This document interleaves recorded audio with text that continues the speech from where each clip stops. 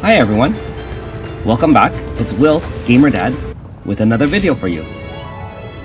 So, if you've been following my journey in Area 3 in Nadara Volcano, in the Otherlands Ratle region, you can see that this will be my fourth and final boss of Area 3. And man, it's been a tough one. So, I did use food, which I saved for the final battle, before starting this one. And again, I had to tinker around with the battle rotation a few times before getting this right. So hopefully you find some tips and tricks that you need in order to defeat this Elder Dragon.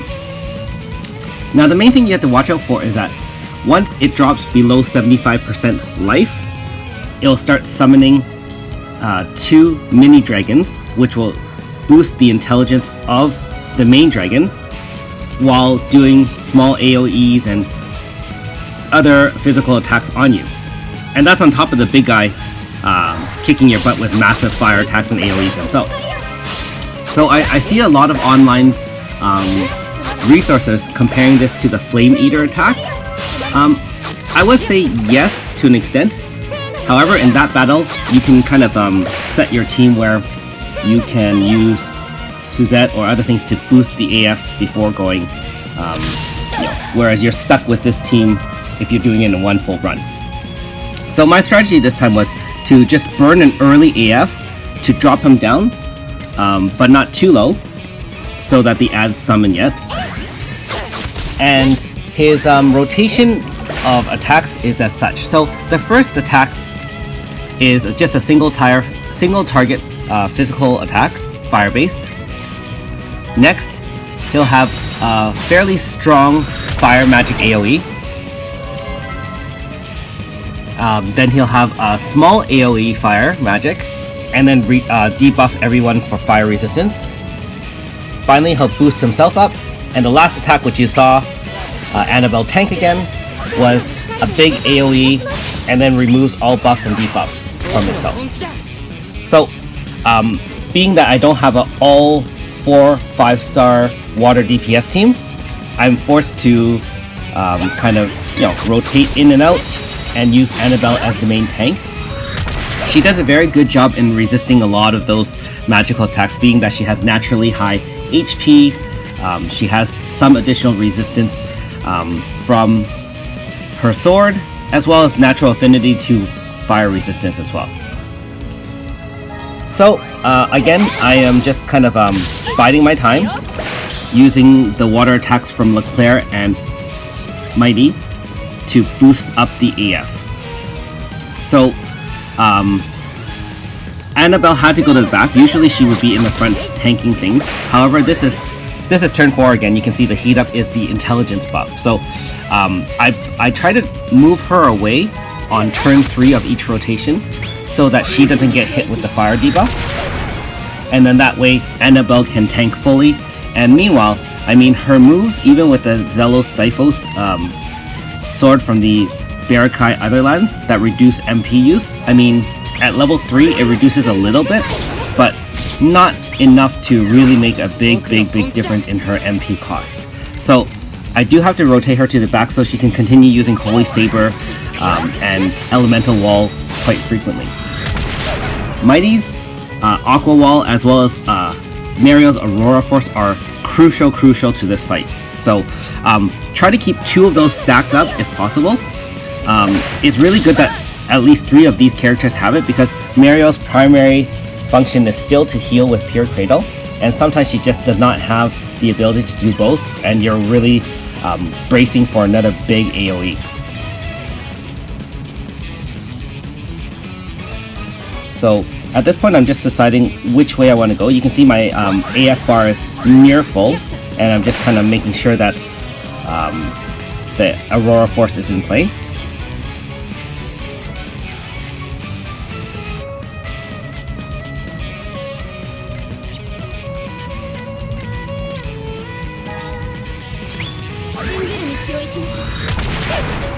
Okay, so used Annabelle yet again to tank the 5th attack, which is the AoE Fire big attack, which removes buffs and debuffs from the Elder Dragon. So now that I have basically a full AF bar. I'm also getting close to that 75% HP where the adds will start coming. So I'm going to save my AF bar for when they are summoned and try to take down all of them in one go and see if it's enough. So at this point, I'm just kind of planning which rotation and how I want to do it. I was initially going to activate AF right away, but I reconsidered and I'm just going to bring out my regular team.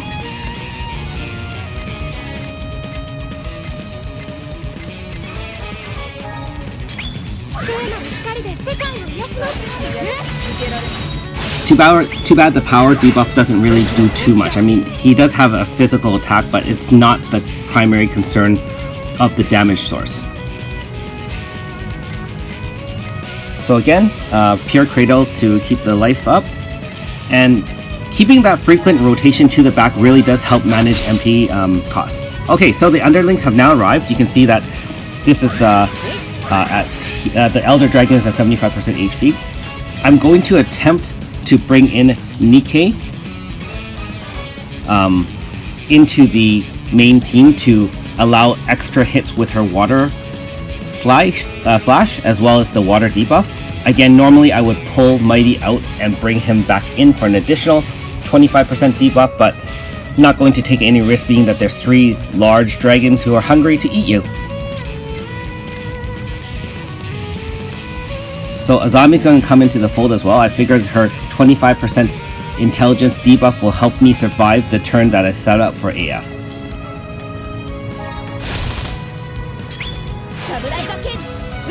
Okay, here we go and see if we survive. So again, Mighty is very slow. So you can see that even though I switched into characters, Aqua Wall actually activated last.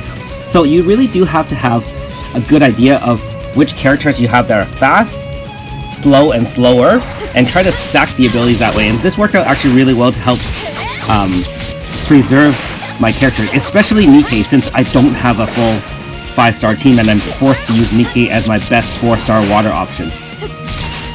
So you can see I clearly ended the adds very, very quickly. In my AF, I only use single target attacks. If you do have the AF slot where you are spamming AoEs, I guess you can do that, but I like doing multi-attacks with the single target, more damage, trying to kill off bosses. If you're skilled enough to switch between the two while an AF is activating, go ahead and do so. So, 2 million damage. Elder Dragon's still not dead. I'm still not dead, which is nice. And don't forget, the Elder Dragon will continue summoning adds every 5 turns, just like the Flame Eater from before. So at this point, my strategy is to just hit as many times with water attacks and build up an AF to either 3/4 or half, and hope it's enough to kill. And being that Nikke is a weakling, well, she just died. I was going to move her to the back, and bring Annabelle back, but she just died. So we're going to bring Annabelle back manually. Cast all my nice elemental defenses with Aqua Wall there, requiring pure Cradle to heal yet again.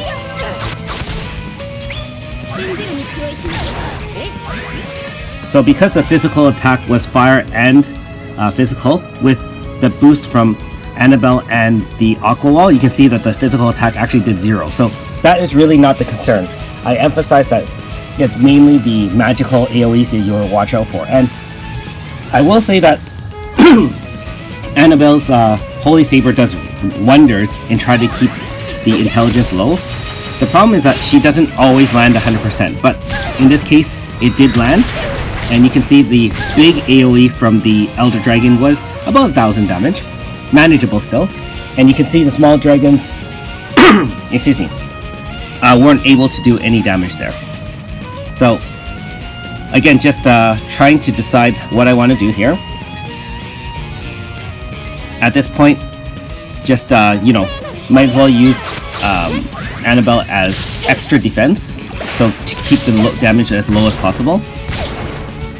Because don't forget, every hit that the small dragons do also adds fire debuffs onto you, which can quickly add up in massive damage if you don't stop that enough.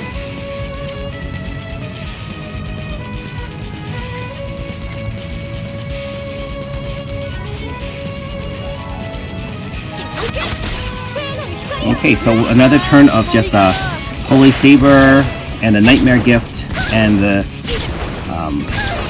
3 times attack from Leclerc. And so here I am going to activate the AF. I realize it's not as efficient with Mariel in front line. Her third slot right now has Pure Cradle. And in weaker battles, I usually put Holy Burst there as an offensive option. However, let's be honest, I mean, I wasn't going to try to switch into Mariel, into Azami for fear of dying. And I didn't even kill him.